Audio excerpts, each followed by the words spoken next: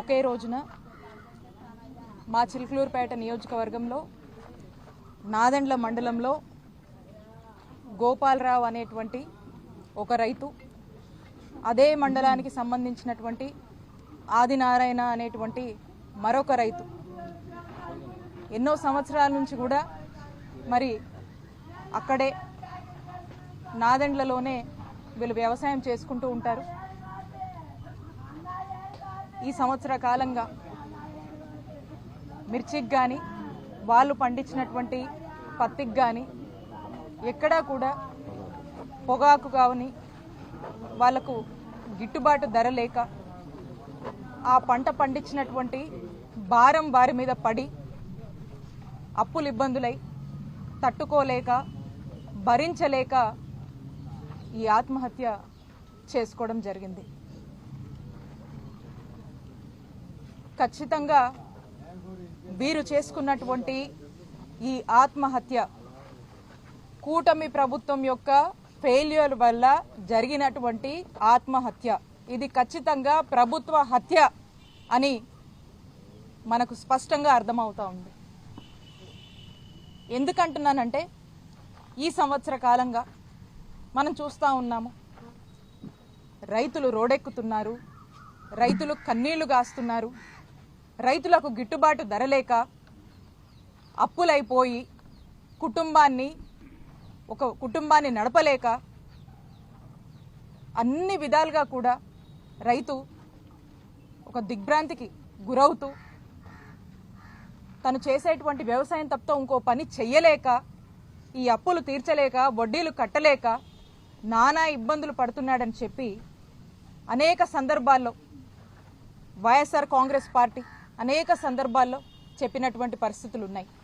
Recent టైమ్స్లో మా నాయకుడు జగన్మోహన్ రెడ్డి గారు మిర్చి పంటకు రైతు లేదు, పండించినటువంటి రైతుకి ఏమీ మిగలటం లేదు, అప్పులైపోతున్నాడు, రోడ్డు పాలైపోతా ఉన్నాడు, ఆత్మహత్యల బాట పడుతున్నాడు అని చెప్పి మన నాయకుడు జగన్మోహన్ రెడ్డి గారు గుంటూరు మిర్చి యార్డుకు వచ్చి అక్కడున్నటువంటి రైతాంగంతో మాట్లాడి రైతుల సమస్యలు తెలుసుకొని ఈ ప్రభుత్వానికి రైతులకు గిట్టుబాటు ధర కల్పించండి, రైతులు ఏడుస్తున్నారు అని రైతుల బాధల్ని ఈ కూటమి ప్రభుత్వానికి వినిపించారు. అలాగే మొన్న పొగాకు రైతుల కోసం పొదిలి వెళ్లి అక్కడున్నటువంటి రైతులతో ఇంటరాక్ట్ అయ్యి ఈ ప్రభుత్వాన్ని హెచ్చరించాడు, ఈ ప్రభుత్వాన్ని మేల్కోమని చెప్పాడు, పొగాకు రైతులకు గిట్టుబాటు ధర కల్పించండి అని చెప్పి మా నాయకుడు జగన్మోహన్ రెడ్డి గారు పోరాడుతూ ఉన్నారు. అలాగే సందర్భం వచ్చినటువంటి ప్రతిసారి రైతులకు న్యాయం చేయండి, రైతులకు మేలు చేయండి అని చెప్పి వైఎస్ఆర్ కాంగ్రెస్ పార్టీ ఎక్కడో అక్కడ మాట్లాడుతూనే వస్తుంది. ఈ రోజున మనం చూసాము ఈ ఇద్దరు రైతుల ఆత్మహత్య.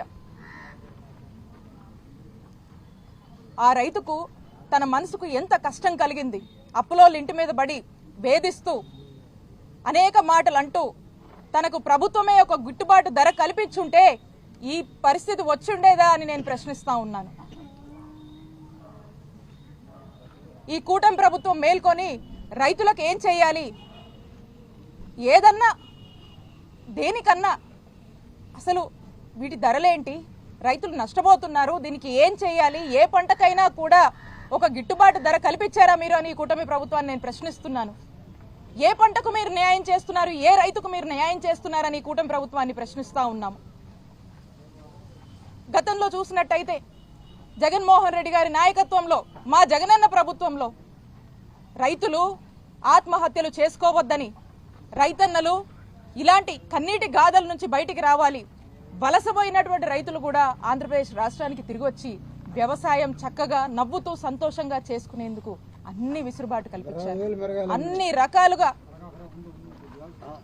మీరు అన్నట్టుగానే చక్కటి రేటు వాళ్ళు పండించినటువంటి పంటకు రైతన్నకు జగనన్న ప్రభుత్వంలో కల్పించారని అదిగోండి ఇక్కడ ఉన్నటువంటి ఒక రైతు తనే చెప్తా ఉన్నాడు.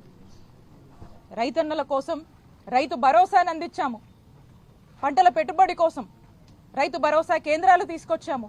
ఆ రైతు భరోసా కేంద్రాలు కూడా అదే గ్రామంలో విత్తనం సేకరించే దగ్గర నుంచి తిరిగి మళ్ళా అదే రైతు పండించినటువంటి పంట మద్దతు ధరకు ప్రభుత్వానికి అమ్ముకునేలాగా విసురుబాటు కల్పించాం. ధరల స్థిరీకరణ నిధిని తీసుకొచ్చాము, ఇన్పుట్ సబ్సిడీలు రైతులకు అందించాము, గిట్టుబాటు ధర ఎప్పటికప్పుడు కూడా రైతుకు గిట్టుబాటు రైతు సంతోషంగా ఉండేలాగా ధరలు పెంచి రైతును సంతోషంగా చూసుకున్నటువంటి ప్రభుత్వం జగనన్న ప్రభుత్వం. రైతే రాజని వైఎస్ఆర్ గారు ఏనాడైతే భావించారు అదే బాటలో జగన్మోహన్ రెడ్డి గారు ఈ రాష్ట్రంలో ఉన్నటువంటి రైతుల్ని తన హయాంలో సంతోషంగా చూసుకున్నారని రైతులే చెప్తా ఉన్నారు. అలాంటి పరిస్థితి నుంచి ఈ రోజున మనం చూస్తా ఉన్నాము. నేను ఈ కూటమి ప్రభుత్వాన్ని ప్రశ్నిస్తున్నాను. ఈ రైతుల బాధలు, ఈ ఆత్మహత్యలు మీకు కనపడటం లేదా? ఈ గోడు మీకు వినపడటం లేదా? ఈ కుటుంబాన్ని ఎవరు ఆదుకుంటారు? ఈ రోజున ఈ కుటుంబం రోడ్డెక్కింది. ఏం సమాధానం చెప్తారు? ఈ ప్రభుత్వాన్ని నేను ప్రశ్నిస్తా ఉన్నా. ఇన్ని గంటలైంది, పొద్దున జరిగింది, కనీసం ఇప్పటి వరకు కూడా ఇద్దరు రైతులు నాదెండ్ల మండలం చిలుకూరుపేట నియోజకవర్గానికి సంబంధించి వాళ్ళు ఆత్మహత్య చేసుకొని చనిపోతే ఇప్పటికీ కూడా కనీస స్పందన లేదు, కనీసం పట్టించుకున్న వాళ్ళు లేదు, ఎక్కడా కూడా ఊసే లేదు, ఎక్కడా కూడా దీని గురించి ప్రస్తావనే లేదు. అంటే ఒక్కసారి ఆలోచన చేయండి. ఎవరో ఎక్కడో రైతు కదా, ఎక్కడో రైతు ఆత్మహత్య చేసుకున్నాడు కదా, పోయింది ఆ రైతు, ఎవరో రైతు ప్రాణం కదా, మాకేంటి అని పట్టునట్టుగా వ్యవహరిస్తుంది ఈ కూటమి ప్రభుత్వం. నేను ఈ కూటమి ప్రభుత్వాన్ని నేను ప్రశ్నిస్తున్నాను. ఈ కుటుంబానికి మీరు ఏం న్యాయం చేస్తారు? ఈ కుటుంబాన్ని ఎవరు ఆదుకుంటారు? ఈ కుటుంబం పరిస్థితి ఏంటి ఈ రోజు అని మీరు స్పష్టం చేయాల్సినటువంటి అవసరం ఉంది. కూటమి ప్రభుత్వం దీనికి సమాధానం చెప్పాల్సినటువంటి బాధ్యత అవసరం ఉందని చెప్పి నేను హెచ్చరిస్తున్నాను. ఇదే కాదు, రాష్ట్రంలో ఇలాంటి ఆత్మహత్యలు కంట్రోల్ అవ్వాలన్నా, తగ్గాలన్నా మీరు చెప్పినటువంటి హామీలు, మీరు ఇచ్చినటువంటి మాట మీద నిలబడమని మేము కోరుతున్నాం. ఇవన్నీ ఇంకా కంట్రోల్ అవ్వాలి. ఇంకా రైతన్నలు ఆత్మహత్య బాట పట్టకుండా ఉండాలంటే ఇప్పుడైనా రైతులకు గిట్టుబాటు ధర కల్పించి వాళ్ళ కష్టాల్లో ప్రభుత్వం తోడుగా ఉండి వాళ్ళని ఆ బాట పట్టనీయకుండా రైతన్నలకు భరోసా ఇచ్చేలాగా అడుగులు వేయమని కూటమి ప్రభుత్వాన్ని మేము ప్రశ్నిస్తున్నాం, హెచ్చరిస్తున్నాం.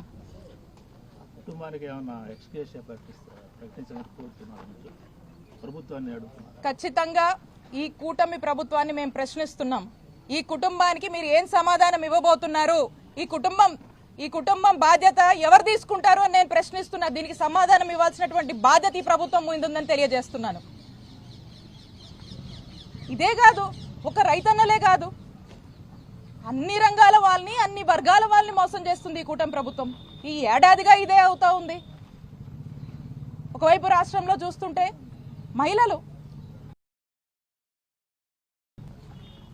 ఈరోజే చూసాము, బాధాకరం, కుప్పంలో స్వయాన చంద్రబాబు నాయుడు గారి నియోజకవర్గం అయినటువంటి కుప్పంలో ఒక ఆడ మనిషి తనకు తిరిగి కట్టాల్సినటువంటి అప్పు ఉందని ఆ అప్పు వసూలు చేసుకునేందుకు అక్కడున్నటువంటి టీడీపీ నాయకులు, అక్కడున్నటువంటి వాళ్ళు ఒక చెట్టుకి కట్టేసి ఆ మహిళని, శిరీష అనే మహిళని చెట్టుకు కట్టేసి ఏ విధంగా ఆ మహిళని భేదిస్తున్నారో మనమంతా ఈరోజు రాష్ట్ర ప్రజలందరూ కూడా చూస్తున్నారు, ప్రజలందరూ చూస్తున్నారు. ఎటుపోతుంది రాజకీయం? ఏమవుతోంది? మహిళల రక్షణ లేదు, అదుపు తప్పినటువంటి లా అండ్ ఆర్డర్, మహిళల భద్రత లేదు, మహిళల పైన అఘాయిత్యాలు, కొంతమంది మహిళల ఆజుకు కూడా మనకు తెలియట్లేదు. ఒక మహిళ ఏదైనా సమస్య మీద పోలీస్ స్టేషన్కి వెళ్తే కంప్లైంట్ తీసుకునేటువంటి పరిస్థితులు లేవు రాష్ట్రంలో పరిస్థితులు. మహిళలపై వేధింపులు, దాడులు, అరాచకాలు, ఇవన్నీ కూడా కూటమి ప్రభుత్వం అధికారంలోకి వచ్చిన దగ్గర నుంచి ఇదే వైనం కొనసాగుతుంది ఈ రాష్ట్రంలో. ఎందుకు మీకు కనిపించట్లేదు? మహిళల కష్టాలు ఎందుకు కనిపించట్లేదు? మహిళల భద్రత గురించి, వాళ్ళ బాధ్యత గురించి, మహిళల యొక్క జరుగుతున్నటువంటి వాళ్ళ మీద దాడులు, అరాచకాల గురించి ఎందుకు ఈ కూటమి ప్రభుత్వం పట్టించుకోవట్లేదని మేము ప్రశ్నిస్తా ఉన్నాము. ఇదే మా జగనన్న హయాంలో మహిళల గురించి, మహిళల రక్షణ గురించి, మహిళల సేఫ్టీ గురించి, సెక్యూరిటీ గురించి, ఎంపవర్మెంట్ గురించి, ఏ మహిళకి ఎక్కడున్నా కూడా దిశ యాప్ లాంటి చక్కటి యాప్లు పనిచేస్తూ మహిళా పోలీస్ స్టేషన్లు తీసుకొచ్చి ఎక్కడ ఏ మహిళకు ఏ టైం అయినా ఏదైనా కష్టం వస్తే అండగా ఉండింది జగనన్న ప్రభుత్వం. ఇమీడియట్ గా రియాక్ట్ అయింది, స్పాంటేనియస్ గా రియాక్ట్ అయింది. మరి అలాంటి పరిస్థితి నుంచి ఈరోజు మహిళలకు రాష్ట్రంలో అభద్రత, మహిళలకు రక్షణ లేదు. స్వయాన చంద్రబాబు నాయుడు గారి నియోజకవర్గంలోనే ఇటువంటి దారుణమైనటువంటి ఘటన మనం చూస్తున్నామంటే ఒక్కసారి రాష్ట్రంలో అదుపు తప్పినటువంటి లా అండ్ ఆర్డర్ ఏ విధంగా ఏలుతుందో మనకు కనిపిస్తా ఉంది. రెడ్ బుక్ పాలన ఏ విధంగా దిగజారిపోతుందో మనం చూస్తా ఉన్నాము. ఏ విధంగా రెడ్ బుక్ ఈ రాజ్యంలో మనము ఏ విధంగా రెడ్ బుక్ చెలరేగిపోతుందో మనం చూస్తా ఉన్నాము. ఎక్కడ చూడు ఈ రెడ్ బుక్ ఇంప్లిమెంటేషను, వేధింపులు, చిత్రహింసలు, అరెస్టులు, ఇల్లీగల్ కేసులు, జైళ్లు, ఇవి తప్పితే రాష్ట్రంలో మరొకటి కనిపించడం లేదు. ఇక ఏంటా అని చూస్తే వాస్తవ పరిస్థితులు చూస్తే ఇలాంటి కన్నీటి గాథలు, అన్ని వర్గాల వాళ్ళు మోసపోవడము, అన్ని వర్గాల వాళ్ళు అనేక ఇబ్బందులు ఎదుర్కొంటూ ఈరోజు సామాన్యుడికి రక్షణ లేనటువంటి పరిస్థితిలో ఈరోజు ఆంధ్రప్రదేశ్ రాష్ట్రం ఉంది.